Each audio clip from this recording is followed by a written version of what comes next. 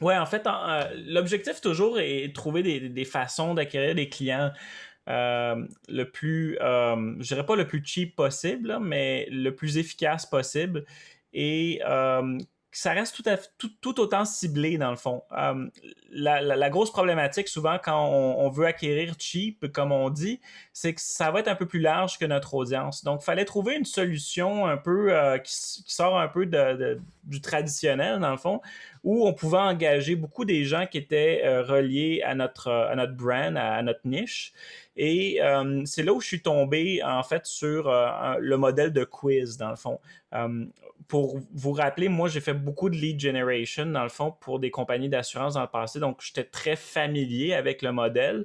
La grosse différence, c'est que moi, à l'époque, je vendais les leads bruts, comme on dit, directement aux clients. Donc, c'était à eux de faire la filtration, disons, si on peut dire ça comme ça. Euh, Maintenant, ben, c'est que moi, je dois m'occuper de ça. Donc, je dois les filtrer, mais je dois aussi les convertir en vente. Donc, le challenge est d'autant plus grand. Ce qu'on a remarqué, c'est que dans Facebook, si on prend l'état d'esprit des gens quand ils sont sur Facebook, premièrement, c'est pas d'acheter. T'sais, on n'est pas sur Facebook pour acheter en ligne, on est sur Facebook pour s'amuser, voir des articles, parler à nos amis, etc. T'sais, c'est vraiment ça l'état d'esprit. Des fois, quand on voit une pub, ben oui, peut-être on va être sur un mode d'achat parce que on tripe vraiment, on veut pas manquer l'opportunité. C'est vraiment de l'achat par impulsion. Mais moi, ce que je cherchais, c'est d'avoir des gens qui sont entre les deux ou qui peuvent devenir des futurs consommateurs chez moi et où je peux acquérir vraiment à faible coût. Et le modèle de quiz est parfait parce que le modèle de quiz, c'est un jeu. Et comme on disait, les gens sur Facebook sont là pour s'amuser, passer du temps. Et j'ai fait beaucoup de concours aussi dans le passé. Puis le problématique avec le concours, c'est que autant tu dis tu peux gagner, autant tu dis il y a peut-être une gamique en arrière. Tu sais, c'est jamais trop sûr. Tu sais, gagner une croisière aux Caraïbes, gagner une Mercedes, gagner whatever, ça a l'air toujours trop gros pour être vrai. Fait que le quiz, ça reste encore très simple. C'est un jeu. T'as pas vraiment d'engagement là-dedans. Si ça te parle, donc nous, c'est un quiz sur les bikers, dans le fond. Puis c'était plutôt à quel type de biker tu te ressembles, dans le fond. Fait que, on a des choix comme, je pense, Jack de Son of Anarchy, puis, puis plein d'autres, en fait. Là, je me rappelle plus tous les noms. Là, Des bikers reconnus. ouais, des bikers reconnus, exactement. Puis, donc, tu sais, ça parle aux gens. Si t'es biker, t'as peut-être le goût, ou par curiosité, t'as juste le goût de savoir t'es qui, tu sais. Puis on voit des fois des trucs comme ça, c'est ce genre sur Game of Thrones, tu sais, quel personnage de Game of Thrones tu Ouais, serais. ouais, ouais. Puis tu vois, il y a toujours beaucoup d'engagement là-dessus.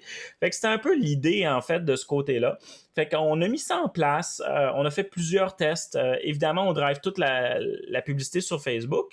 Et au début, bon, on avait, je te donne un exemple, on avait à peu près 17 sous du lead qu'on ramassait. Ça allait très bien, toujours un très haut taux de conversion. 8 pages, vraiment, les gens ont 8 segments à remplir avant qu'on leur demande leur courriel. Donc, on leur demande leur courriel à la fin et leur nom s'ils veulent avoir le résultat.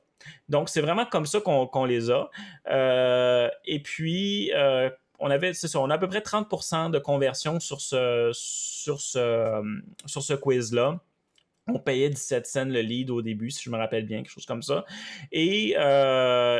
Ton fil du clic te temps, revient vraiment pas cher. non, c'est ça. Le clic devient vraiment pas cher. Mais on a changé un peu. On a twisté la chose. C'est comme je dis, moi, je tripe vraiment Facebook. Donc, j'essaie de regarder vraiment tous les angles, toutes les variations. Puis, ça a pris, je te dirais, quand même plusieurs mois, 3-4 mois peut-être, avant qu'on arrive à descendre le coût par acquisition à 4,5 sous Aïe, aïe. l'utilisateur. Donc, on s'est ramassé à exploser le nombre de leads qu'on avait, 75 000 leads. Puis là, quand les gens ils disent pratiquement gratuitement, ben gratuitement, c'est que moi, quand les gens ils tombaient sur la page de résultats, je leur montrais une offre. En fait, j'avais une offre pour eux. L'offre, c'était un, comment on appelle ça, a key tool dans le fond en anglais. C'est une espèce de porte-clés dans le fond où il y a un tournevis, une scie, un paquet d'affaires dans le fond. Puis Puis c'est un petit peu comme un espèce de couteau suisse, dans le fond. Puis tu attaches ça avec ton porte-clés. Puis nous, dans le fond, ce qu'on demande aux gens, c'est qu'on te le donne gratuitement, mais tu as juste à payer les frais de shipping puis de manutention qui sont à peu près 9,95. Et les gens, dans le fond, payaient. Donc, qu'est-ce qui se passait? C'est que moi, tout mon investissement en publicité que j'ai mis était remboursé par l'achat de ça parce que les gens, à la fin, ils trouvaient ça donc bien cool d'avoir juste à payer les frais de manutention pour avoir ce petit outil-là qui vaut peut-être, je sais pas, 14-15$ en magasin ou un peu plus parce que c'est en stainless steel quand même, c'est une bonne qualité.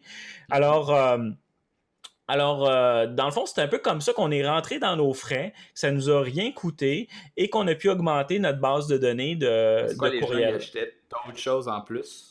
Fait que Donc, t'avais non, un... en fait, ce qu'on avait comme option, c'était le même produit.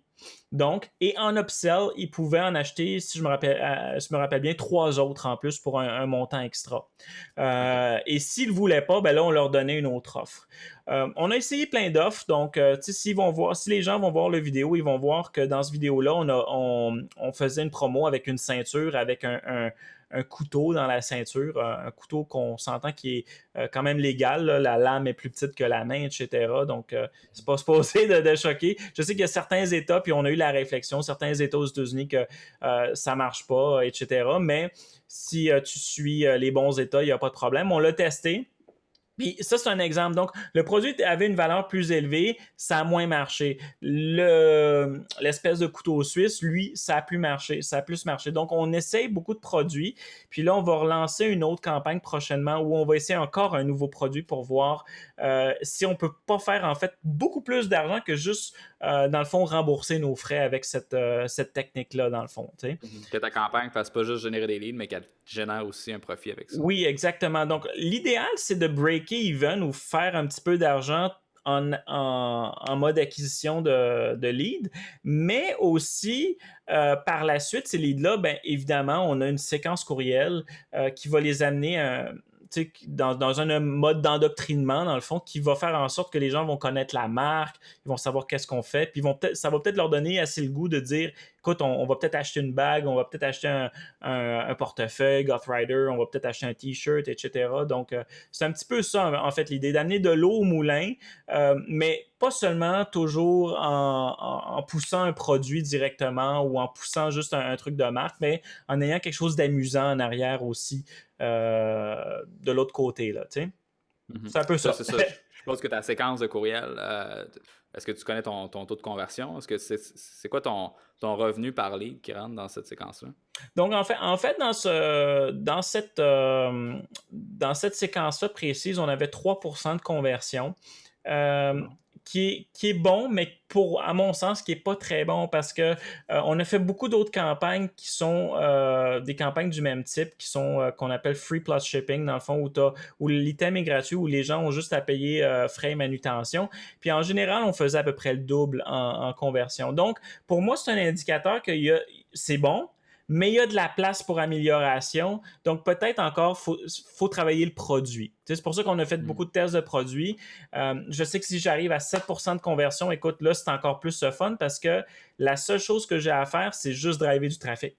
J'ai plus vraiment de casse-tête. C'est non seulement ça rentre dans son argent, mais c'est rentable. Tu sais, c'est profitable à fond. Donc, on est toujours dans cette espèce d'élément-là. Puis encore là, comme je dis, l'idée, c'est de trouver d'autres angles que juste faire une promo traditionnelle pour le produit lui-même ou pour le brand, ou etc. Tu sais.